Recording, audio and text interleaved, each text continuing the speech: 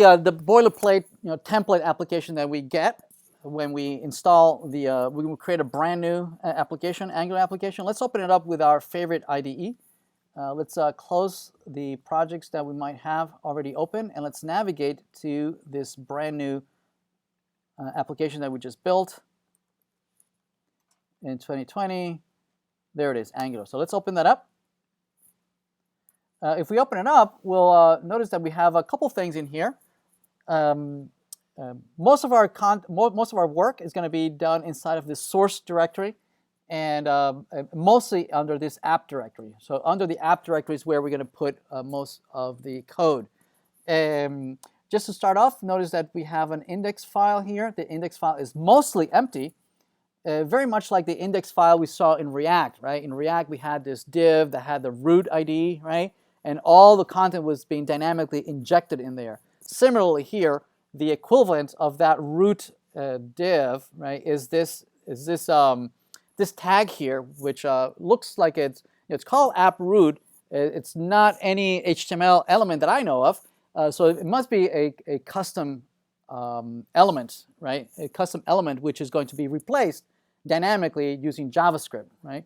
And so this is the actual content. Notice that presumably this is all the content is being injected in there, and the content is this. This is the content. So we don't have any links. So it's definitely not here. But if we go into that root component, you'll notice that we are navigated to this JavaScript file. Well, actually a TypeScript file that declares a class, right? It declares some imports, right?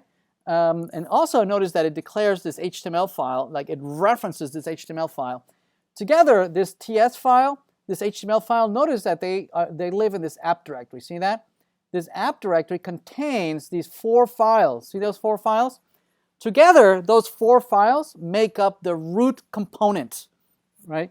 This app here, this app root over here, right? It is a component, right? It's a custom component. This is equivalent in React of having the app component. Remember that?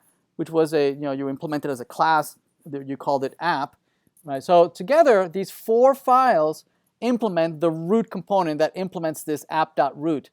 And when you click on this, it navigates to this TS file right here. So this is this TS over here, okay? And a component is made up of 4 files, 4 distinct files. The TS file, the TypeScript files, which is mostly the logic, event handling, state management, talking to the server, all that goes in here, right? In the TypeScript, it's in the MVC architecture. It's the controller. It's the C in the MVC, right? It controls, handles all the events, maintains states, talks to the server, gets the data, and manipulates the model. This controller is controlling this HTML file, right? This HTML file is the V in the view in the MVC, right? That it's responsible for rendering the content, right? It's not responsible for managing any state. It's not responsible for handling any events, getting data or modifying model, right? Its only responsibility is to look pretty, right? That's its only responsibility, right? And together, the HTML and the TS, they work together, right? It's like 2 sides of the same coin, right? One of them deals with data, with events, event handling, talking to the server, whereas the other deals with layout, right? Rendering things, white spaces, styling, and whatnot. Yes. Now, Angular is very adamant about separating these two. Okay, applying the principle of separation of concerns, right? Where these 2 worlds really, you need complete different concerns, right? Different skill sets, right? For the HTML, usually you want to make things look pretty and be consistent with your color palette and use justification and white spaces and margins and padding, and you want to look pretty, right? And present the data in a pleasant manner, right?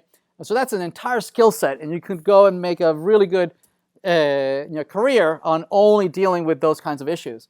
And now on this side of the fence, the TypeScript deals with a completely different set of concerns, right?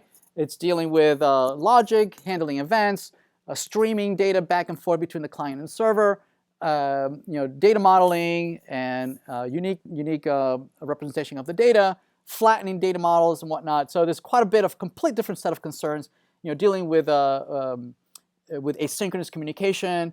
So it's a completely different world, right? So it has a completely different set of concerns. So Angular is pretty adamant about separating these two worlds. And the way they connect to each other is by the component referencing this other part of the coin, right? And the way they talk to one another is by the declaring variables at the class level. You declare state variables, right? Any variable that you declare in the component is considered to be a state variable, right? As opposed to in React. In React, there's only one state variable, right? You declare the state variable; it has to be called state, right? And then any objects that you put in there, you maintain the state. You manipulate it. You add content. You remove it. You morph it over time. Here, you can have any number of variables, right? Some could be strings. Some could be arrays. Some could be booleans. You could, some of them can be static here. Some of them could be dynamically retrieved from the server, right? And whatever you manipulate here are readily available on the HTML side. You can reference them in the HTML side. So one thing you'll never see in these two different worlds is that on the TypeScript side, you will never see HTML, right? Whereas on the HTML side, you will never see JavaScript. Okay, these two worlds are separate, right, and then do not mingle, right? As opposed to in React, it is very common that you have some HTML and then use some curly brackets to go back to JavaScript. You close the curly brackets to go back to HTML, right? And you can go back and forth between the two, right? This is heavily discouraged in Angular, right? Not quite. Here we have a template URL, and the template URL is pointing to the HTML, which is this. This is the content that we are currently rendering. We could certainly blow away all this content, right? And then it becomes just a blank sheet of paper, right? Or we can have here some H1 here. We can say hello from HTML. And certainly it renders the content there. Or in the component, instead of using template URL, you could instead use a template annotation here, and instead embed here some HTML. Not that you would ever do this, and as you would say, hello from component. Right. So notice that it re-renders again. It's using that template in there in the component itself, right? And this is fine if you're doing some really simple things, some throwaway. You're trying something really simple, or if your component is so trivial that it might fit in maybe a single page or so. Okay. Then maybe you could get away with something like this. But normally, if you're doing anything interesting, right, it'll be more than just a single, just a couple few lines. So more commonly, we will not do that and instead refer to the HTML document that lives outside. Okay, that's more common use of this. All right, excellent.